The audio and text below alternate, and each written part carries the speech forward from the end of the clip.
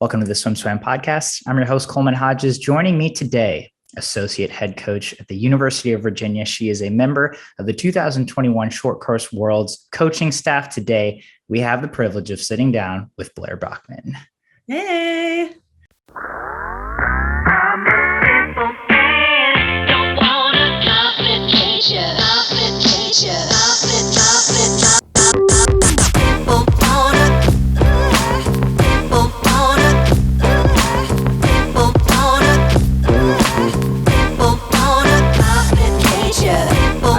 Excited to pick your brain about a myriad of topics. First and foremost, let's talk about the Tennessee Invite. UVA just put up a very solid performance. There's all sorts of storylines to cover there, but from your perspective, just overall team, looking at it from a team-wise, how do you feel like UVA did in Knoxville? Sure. Yeah. Tennessee Invite is one that we look forward to during the year. It's just kind of that checkpoint for us mid-season, heading into championship season. And our team just had so much fun. Anytime that we get the opportunity to get up and race, our kids take it seriously. We try and keep it light and just, if we have opportunities for them to swim different events, as I'm sure a lot of people saw, there was a lot of people swimming events that you don't typically see them in, or just changing things up. It's always good for them to get that chance. So I think overall we were really impressed. Throughout the year, we try and swim fast all the time. But that's just kind of speaks to their training. So when we got there, it was just, hey, let's put on some tech suits, and see what happens. Yeah. You mentioned UVA you try to swim fast all the time. That's something I definitely want to hit on a little bit. Yeah. But as far as the meet went, Alex Walsh, ACC record 400 IM, Kate Douglas, ACC record 200 breast. There were definitely some fast swims. We saw kind of all the stars, especially on the women's side, come out. For you, was there an unsung hero? Was there anyone who stood out to you who really surprised you with their performances on the team? Ooh, that's hard because everybody that went into that meet had personal goals for themselves and kind of, benchmarks that they were hoping to hit with not being rested or shaved or anything. So I don't know. I feel like everybody kind of did exactly what they were hoping to do. And if they didn't, then they learned something about themselves and their swim and their strategy and how they can improve upon that. Obviously Alex and Kate get a lot of headlines, and, our men have just been really stepping up to the occasion, and it's really fun. I see them succeed, and their relays are just off the charts. Like, it's just so much fun to see them, really kind of just following in that progression, that our women have taken in the program. And I just feel like it's kind of the year of the dudes is what I say. So I feel like our men are kind of that unsung hero. Their relays have really started to take some leaps and bounds, and, our women are continuing to move forward with a target on their back, per se. And, they're cool, calm, and collected, and they're just kind of going in and having fun. Is it, I know you primarily, or in the past, at least, you were working with kind of that mid group 200, 400 type swimmers. For this season so far, for the fall, what are you still working with that group? Is that men and women combined? Do you get to see other athletes outside of that group?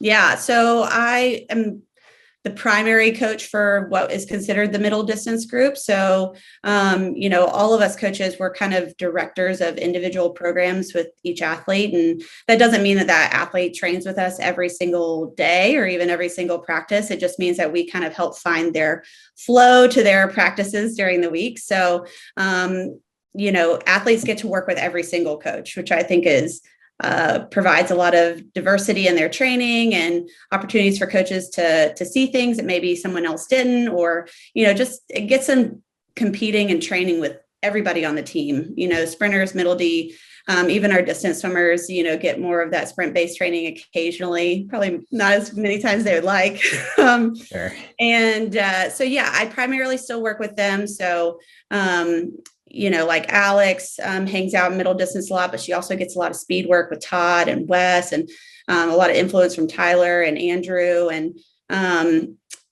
so I do work with them a lot. We got a lot of, one of my favorite practices during the week right now is we have an Enduro IM group on Monday nights. And we've got Ella Nelson and Emma Wyant and Alex Walsh and Ella Bathurst and Sophia Wilson and all these girls, and then some of the guys come and join us too. That's a dynamic practice. And it's just so much fun because you saw what Alex did at Invite, and obviously Emma and Ella as well. And I'm like, girls, this is something you don't get everywhere. You get to race each other like this. So, that's just one example of a really cool practice that happens every week. Yeah. I'm curious as to the just kind of the general environment for UVA, specifically for the women, because they are the defending champs. Do you feel like it's a significantly different energy from last year where they were chasing that first title, as opposed to this year where it's like they are the defending champions? They do have that target on their back. Last year was so different in so many ways. We didn't even know if there was going to be a midseason meet. We didn't know if there was going to be an ACC championship, or, a week before NCAAs, we're like, we don't know. So, we just prepared to be our very best for the very next day, because, that was the only thing that was in front of us. And I just feel like they felt a sense of, proving themselves, because 2020 didn't happen. I think last year was like, all right, we're just going to storm in there and, really kind of do what we have planned to do each and every day in practice. And they had that mindset of like just going in and doing what they know how to do. And this year, there's a little more pressure, obviously, but there's still that excitement that, it's still new. It's only happened one time, and we hope that we can do it again, but it's not promised. They have to go in there and fight for it and, put together some of their best swims. And so I think that there's still excitement around the process, and, people wanting to continue to elevate their own performances. And, they want to do it for their teammates. It's, it's not a self thing. It's very much a team oriented goal that they have. And, I think they're just as excited. They know it'll be even more of a challenge this year. It seems like there's some, especially after that weekend with battling the Tennessee women, the Alabama women really came out swinging. And then we saw what other programs did around the country. It seems like it's going to be a good battle come, conference, come NCAAs. So the energy on the deck, I've been to you guys' practices before. It's a lot. It's a lot of energy. How do you feel, personally as a coach, feel like you maintain that energy or keep that energy going? Do you feel like that comes from Todd? Do you feel like that comes from all the coaching staff? And how do you see it trickle down to the athletes? Yeah, no, that's a really great question. And it's hard because I would consider myself a more introverted individual. So giving off that energy all the time is challenging, but we have a wonderful leader in Todd. He is like the Energizer Bunny, and he never stops going. He always is, the excitement and the passion and the, just overall, energy that comes with him each and every day, whether it's in the office. We've got music bumping in our office starting at 2:00, to get ready for that practice, running out on the pool deck. And I'm sure lots of teens have heard us on the pool deck at meets, like yelling loud and just kind of breaking up the silence. Like, that's not a show. That's just like the kids' passion coming through. And so we just see it as not even our job, just kind of living out who we are on the pool deck each and every day. And it's fun because then you can see how your energy influences another person's, and, whether somebody's having a good day or a bad day, like you can, give them that smile on their face. And, it's not an uncommon thing to see us dancing around on the pool deck. We have lots of different kinds of music that happen.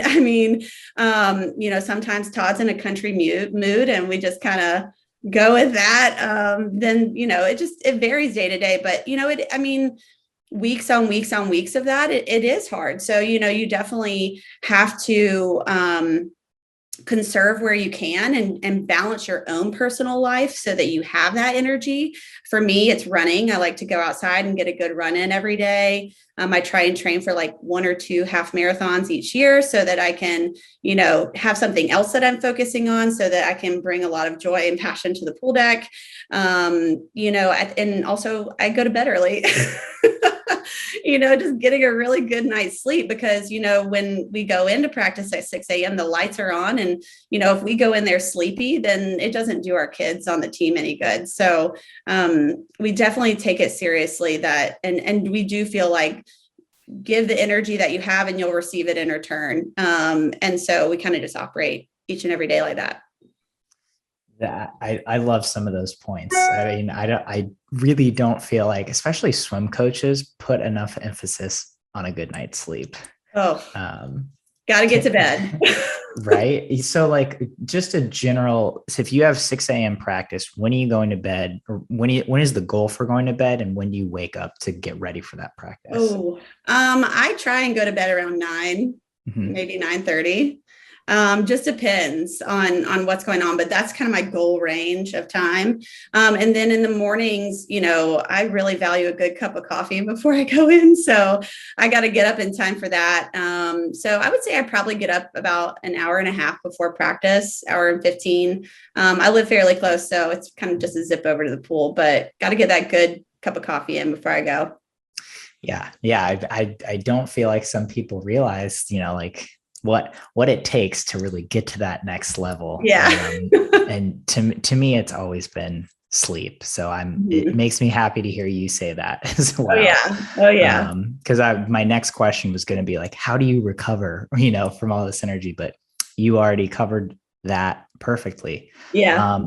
So I don't feel like, I mean, I feel like this style of having a team kind of sells itself, but obviously recruiting is a big thing for every college.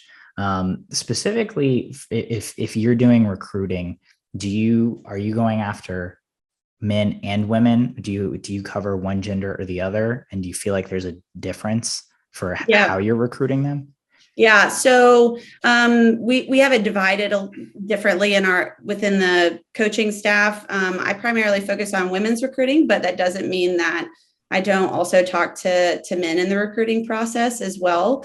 At some point in the recruitment of a student athlete, all of us get involved in those conversations and getting to know them, because when they show up here, it's a combined program. Our male coaches will coach women and our female coaches will coach men. And so it's really important that we build that relationship, and that when they show up, they're like, oh my gosh, it's so good to see you. It's not like, oh, hi, like we stay in touch with them and we build these good concrete relationships so that, it's just like a casual conversation, like, hey, so-and-so, like, it's what's going on in your life right now. And so, we divvy that out, but I primarily work with the initial contacting on the women's side, and kind of getting that going, and then when it comes to official visits and things of that nature, I'm kind of the lead point in that and creating those trips and experiences for them once they actually get here on grounds at UVA. That sounds like a lot. Yeah, it's fun though. I mean, I love event planning. Okay. Nice. Yeah, I mean, it sounds like a lot of details and a lot of kind of being on it, but if, like you said, if you like it, that seems to work out well. So then they get on campus, or, they commit to UVA, they're freshmen. We talked about this earlier. UVA always wants to swim fast, and seemingly from the media perspective, they do. You guys are on it 100% of the time. How do you foster that? What, from a physical standpoint, just of how do you prep them for your everyday dual meet, and then mentally, how do you get them thinking we want to be fast all the time? Sure. I think when our first years, we call them first years, second years, third years, and fourth years at UVA, instead of freshman, sophomore, junior, senior. So when our first years get here, I think obviously they have been seeing our team from a different perspective, from the outside looking in, and, they kind of see that mentality of swimming fast. So they've already kind of wrapped their heads around like, okay, going to swim fast. And so, we talked to them about that as like they're about to make that transition to school, is like, be ready, like be excited. Like this is going to be a really cool experience for you. There's going to be so many things that are new, like, your weight training or your dry land, really just the strength and conditioning element of it alone is already just a game changer for a lot of them. Just that, that part of the program. We've got, sports psychologists and nutritionists and all of those people that are there to help foster like this wonderful journey for them as a student athlete and kind of honing in on all of those components of like the mental game of it. Like, what does it mean to like really be on it all the time? How do I sustain that? So we have wonderful people here at UVA that help them. But in terms of kind of their initial adjustment, I think that if, a high school student looks at the results of a college dual meet, they'll be like, wow, you got to go like your best times to score. And so like having that conversation, like, don't be surprised if, you kind of take that leap up and find yourself swimming faster than you ever have in an in-season meet. It's just the environment. And, just the whole, like, I'm doing this for my teammates thing. So we have a lot of individual meetings. I mean, Todd does an excellent job of taking time out of his first few weeks, and he does it routinely throughout the year, but meeting with each and every single athlete on the team.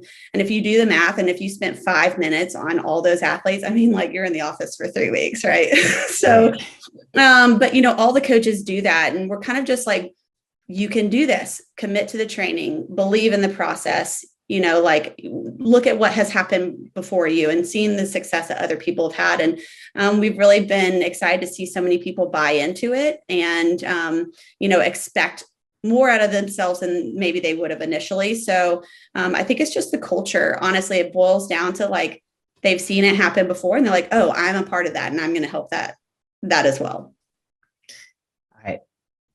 I was excited when this was happening on the international scene with, whether it was people going to World Cups, people going to ISL, but, people racing a lot and going best times. And so I think to see prominently UVA kind of carry that mentality into the college scene has been really refreshing, because swimming can be such a grindy sport and dull and not very fun. And it's like, well, if you're having fun all the time and if you're going really fast all the time, then like that makes it a lot more enjoyable, right? Oh yeah. I mean, I feel like that's another big difference for them is like, we tell them like the intensity of our practices each and every day it's tough. Like we're expecting you to race every day in practice to your highest potential. Like whether that day you've only got 90% in the tank, like we want you to dump out all 90%, right? Like, just give it all each and every day. And it's just going to set you up to do the same thing in meets.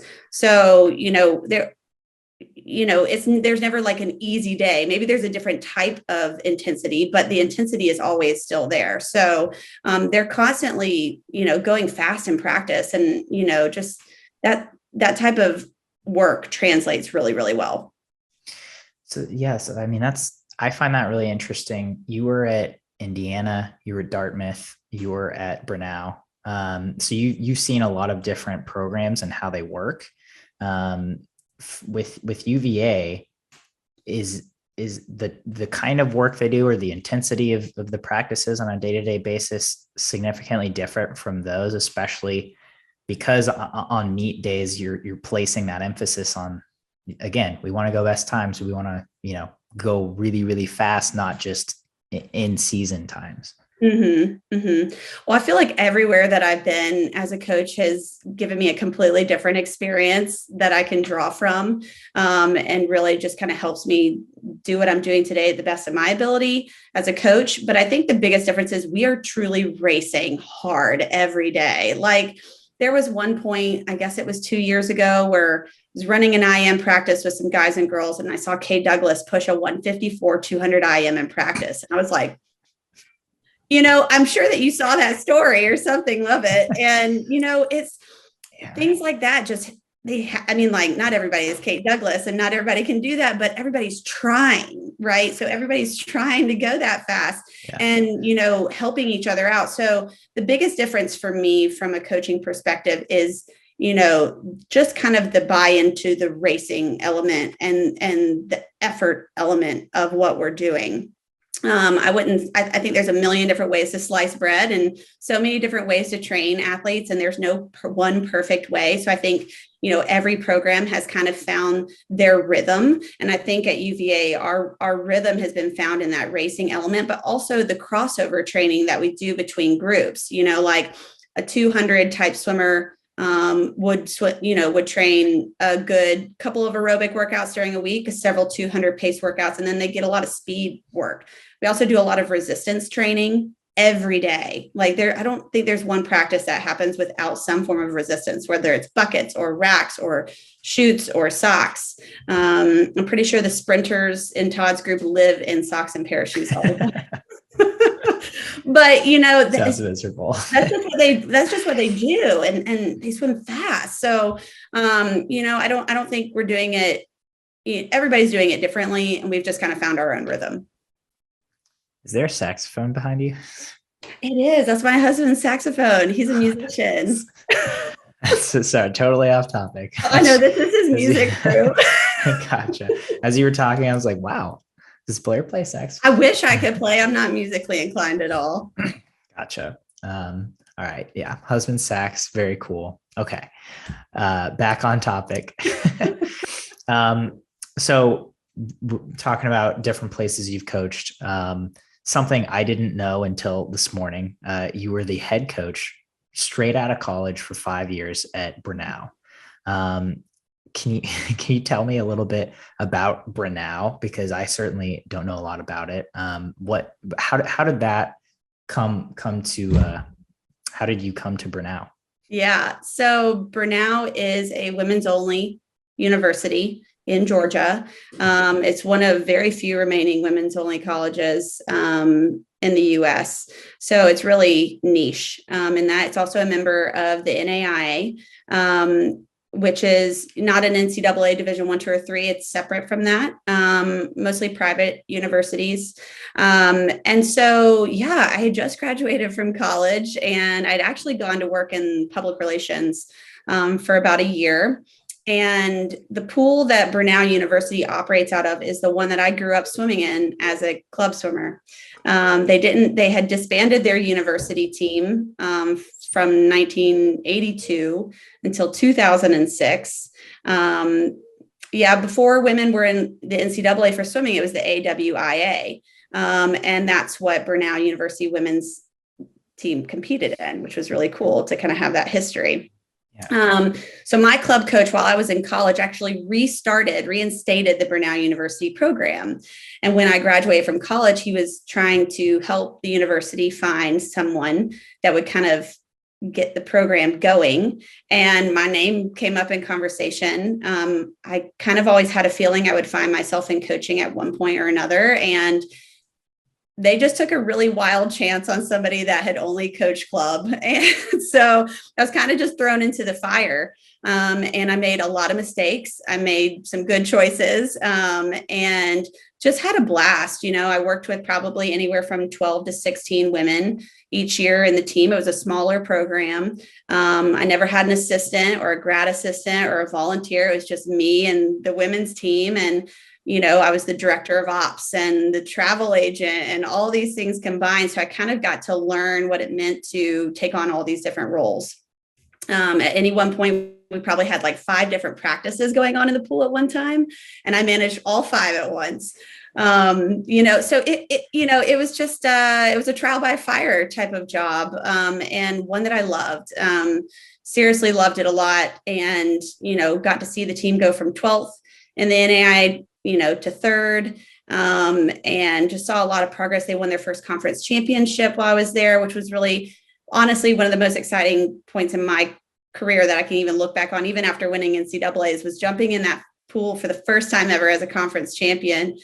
We won it at Virginia Tech's pool. Actually, that's where our conference meet was held out. In Christiansburg? Yeah. The conference meet was held there. So awesome. That was a beautiful 5 years for me. And, when it came time, I had met a couple of different coaches and then obviously here, but,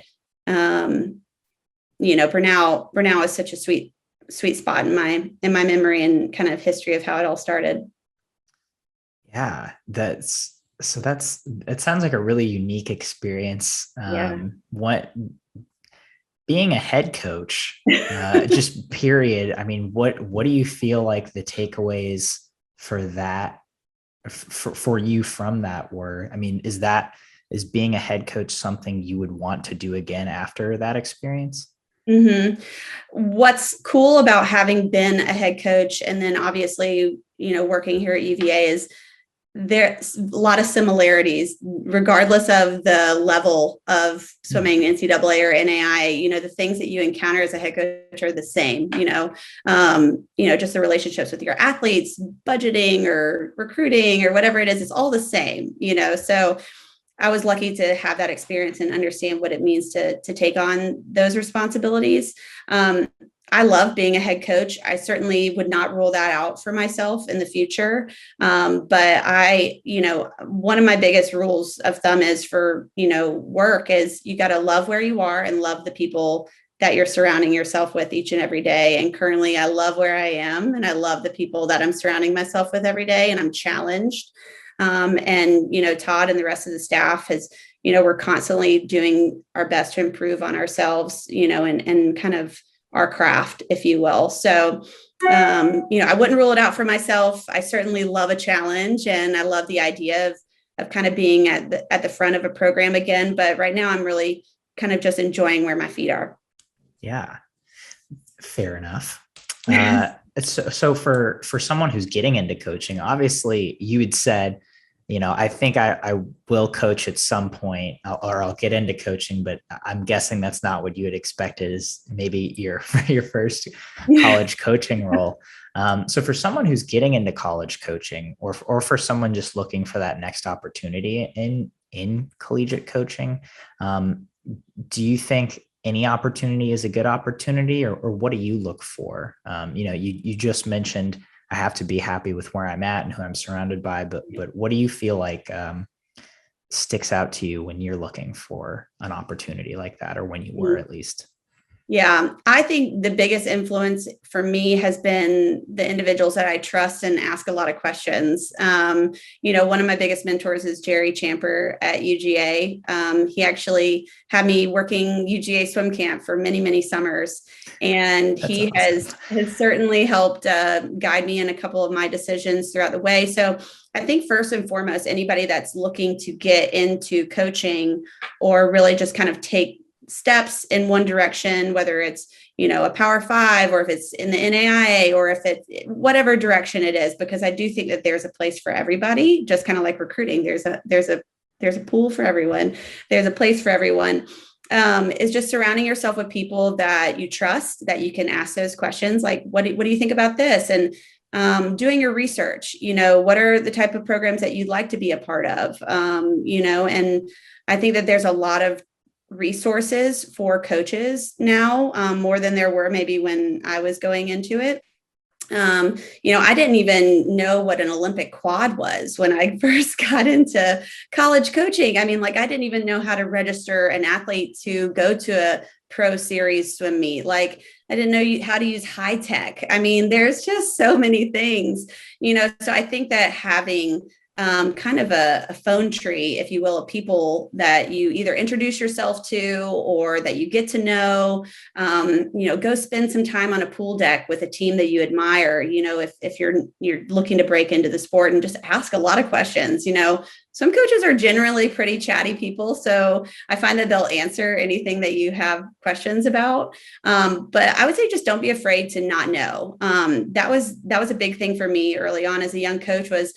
I think I was a little nervous because I didn't really know enough. So I just relied on what I thought I knew. And now as I'm going through the sport and kind of being more of a sponge, as I go, I'm soaking it up, and I'm willing to be like, I don't know how to do that. I wonder how, I can figure out that, I'd never worked with power towers, for example, before I got to Dartmouth or to Indiana. And so it was like learning those things, so don't be afraid to ask and introduce yourself to as many people as possible. That would be my advice to to younger coaches.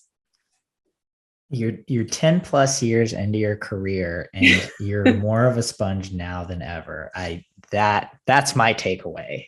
Yeah, for sure. I'm learning all the time. And again, like you said, if you're around people who are challenging you, I feel like that helps a lot. But I feel like that is a key mindset to have, right? Mm-hmm. Is you're still absorbing. Yeah. Even, you're an associate head coach for the defending women's champions, and you're still like, oh no, there's so much I don't know. Yeah. Well, I mean, my other thought is too, like, nowadays everybody wants everything so instantaneously, right? We just want to be the best right now. And so I think as coaches, like, you look at like Eddie Reese or Jack Bowerly or any of these coaches that have been around for a bit longer, and you're like, wow, it took a while, like, to get to that. So patience is, a bit of a virtue. Like, again, I'm 10, 11 years in my career and I still have so much further to go. So if I'm not a sponge now, I'm not going to get there. And so I certainly think that that's a good and valid point. Okay, so that's interesting because you talked about Eddie and Jack, and you're like, it took a while. It didn't take a while for Virginia to get there. Todd got there, and I'm going to say 2020, you guys could have won, right? Like you were there, whether you did or not. It's like took 2 years, but so you've been there for the whole ride, Mm-hmm. right? Yes. Todd hired you immediately. Mm-hmm. It's what happened in those 2 years? That wasn't a while, Blaire. Well, I mean, to sustain success, it's a long journey. We've won once. We've got to do it again.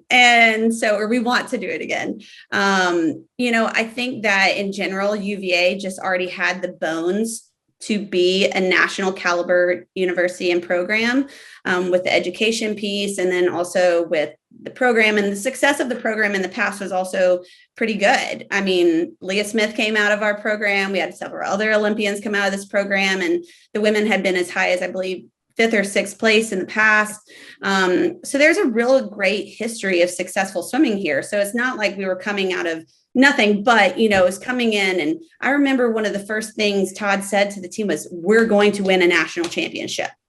Not, hey, our goal in 5 years is to win a national championship. It's like, no, we're going to win it. It's just such certainty, such clarity of purpose. And so I think that everybody just said, okay, we're going to win. And so each and every day just kind of became like one more step in that direction. And so, yes, it happened quickly. 2020 obviously didn't happen. We would have given it our best fight. Who knows what would have happened? I think we were ready to go for it. But yeah, I guess in terms of speed, it did happen pretty quickly. But I think that the bones were there initially. And so but I also believe that, the teams that are winning, the ones that are doing, like, putting all the pieces together to fight for those national championships, have something good going on within their program from a leadership perspective. And I do think that we have really great leaders, not just our coaches, but also our student athletes are good leaders to one another. And so, I think just it all kind of came together really quick, and hopefully we can sustain it. Yeah. So is this your 4th season in Charlottesville? Going into our 5th. So currently this is your 5th? Mm-hmm. Yeah. Okay.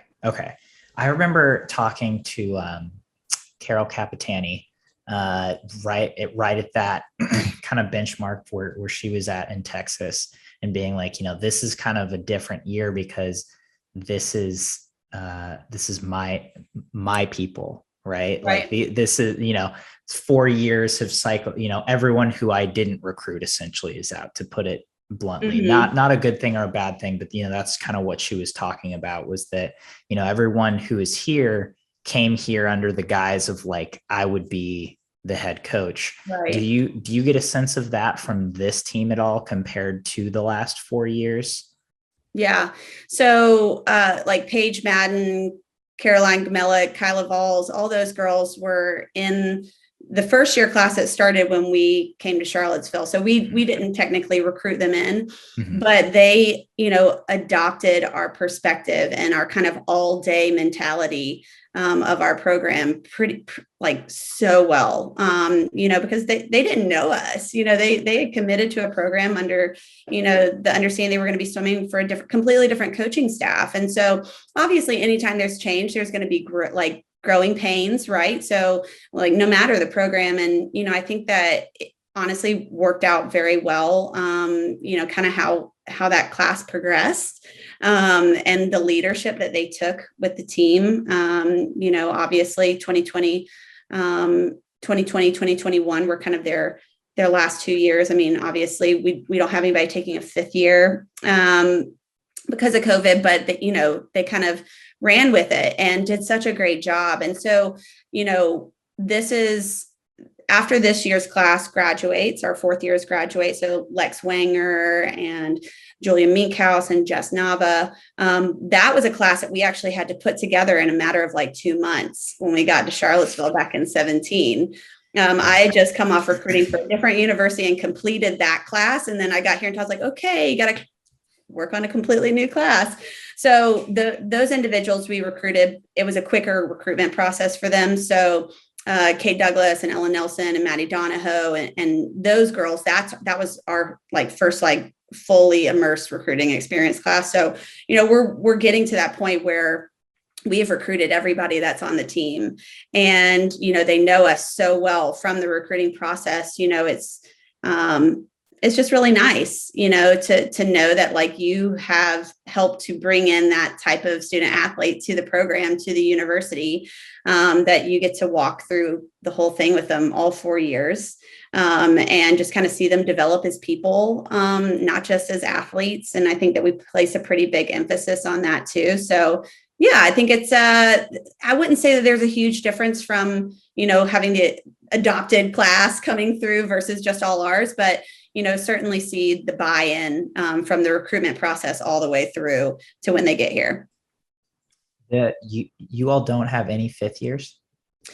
We do not. Did everyone kind of have their own reasons why, or is that just I don't know, is UVA typically a 4 and done kind of school academically, or what's the reasoning behind that? I think that UVA really does prepare students to graduate in 4 years, and just kind of keeps them on track for that. Some students will go on to grad programs. Some would stick around here and go on to grad programs.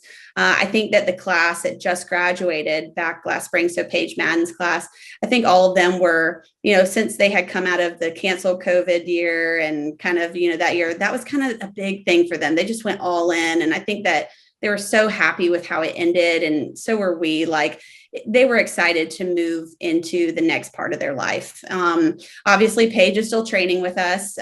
She's a pro at this point. So I still, with her every day and prepping her for Abu Dhabi and going to short course world and world championship trials and all of those things. She is really just kind of decided to take it and run with it and see how far it takes her, because she had such a great time at the Olympics and trials. And so, we certainly would be fine with someone taking a fifth year. Obviously, it would have to all work out logistically.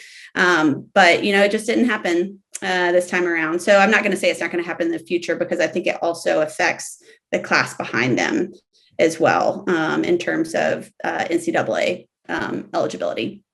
Gotcha. Yeah. Okay. And speaking of short course worlds, you're on staff. First of all, just what are your feelings about this roster, having had some time to, I don't know, do you interact with the athletes on the roster? Do you call them? Do you talk to them? What's the prep work like heading into a meet like this? Sure. We're actually, I believe, about to have our all full team staff Zoom here this week. So that'll kind of be our first contact point with them.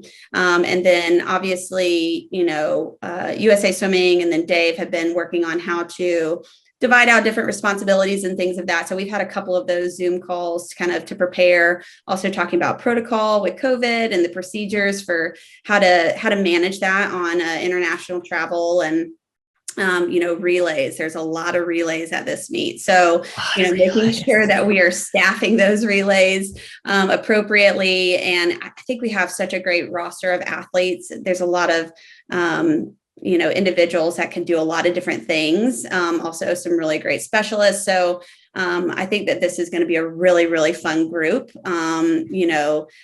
Full of seasoned and youth and everything in between. I think us as coaches, we're all really honored to be given this opportunity to lead this group in Abu Dhabi. And, kind of going back to that sponge mentality, this is my first big international appointment with USA Swimming. So, I hope to learn as much as I can, as well as give as much as I have to these athletes and to our coaching staff, and, just bring everything back for the US that we can.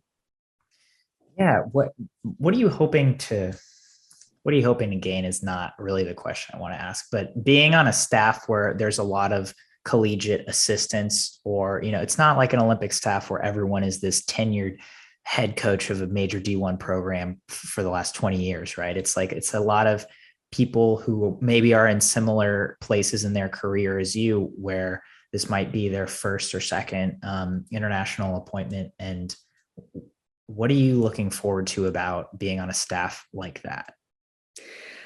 The exchange of ideas, a fresh perspective, because we haven't necessarily been on those staffs before. We might not be have any preconceived ideas of how it's been done in the past or on other teams. So I think that is something. I think there's a lot of youth on the staff in terms of, where we're all coming from and where we're at in our careers and things of that. And, I have gotten to interact with all of them, whether it be at a college meet or, elsewhere. And, everybody's just so friendly and, really outgoing. So I don't know.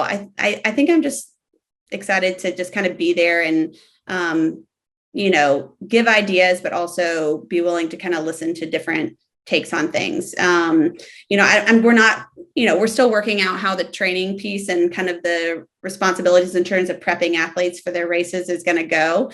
I think we're going to rely a lot on coaches from home, just kind of hearing their take on how that athlete prepares to be their best.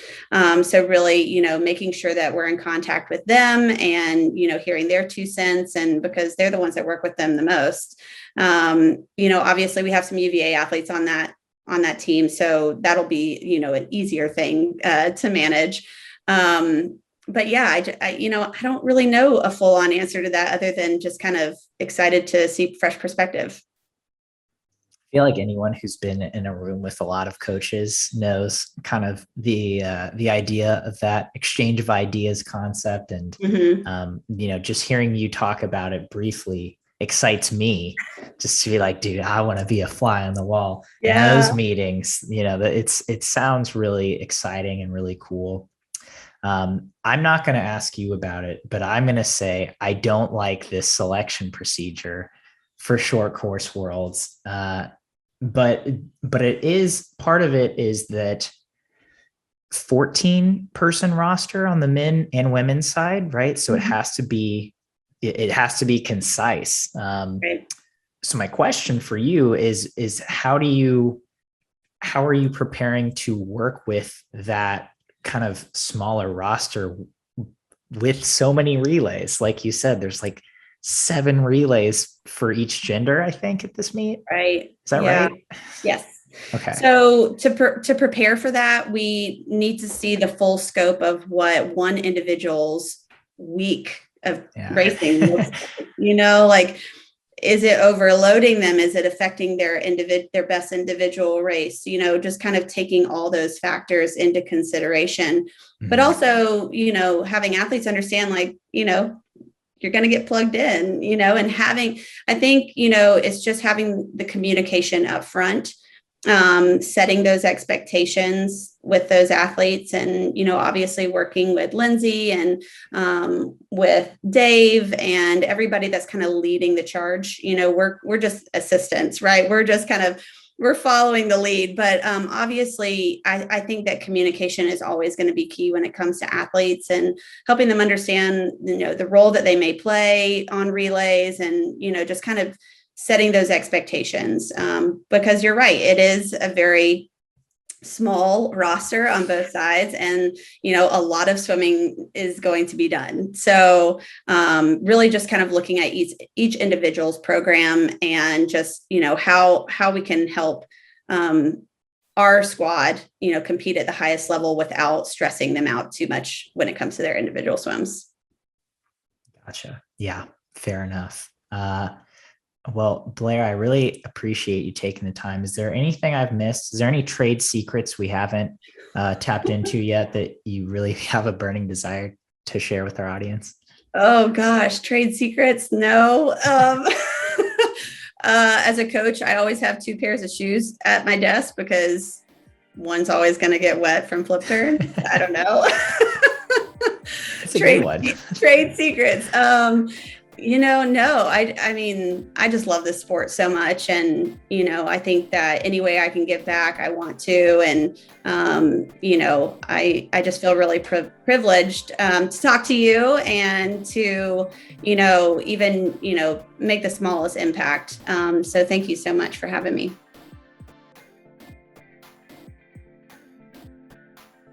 You've been listening to the SwimSwam podcast. Stay tuned for new episodes every week. You can take SwimSwam podcast on the go by subscribing on your favorite podcast platform. Look for links in the description below, and be sure to subscribe to our YouTube channel for more videos as well.